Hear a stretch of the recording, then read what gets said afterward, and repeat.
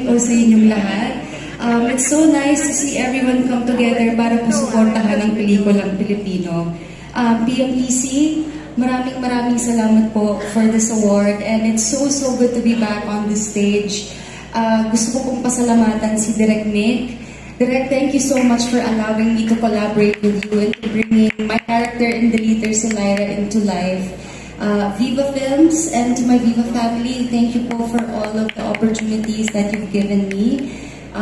To all of my supporters, maraming salamat po for all the love that you've given me.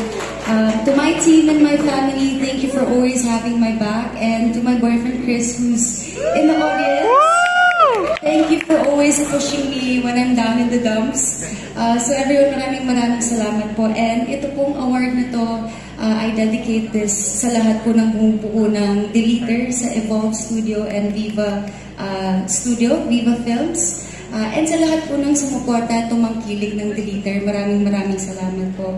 Again, PMEC, thank you so much. And mabuhay ang pelikulang Pilipino. Salamat.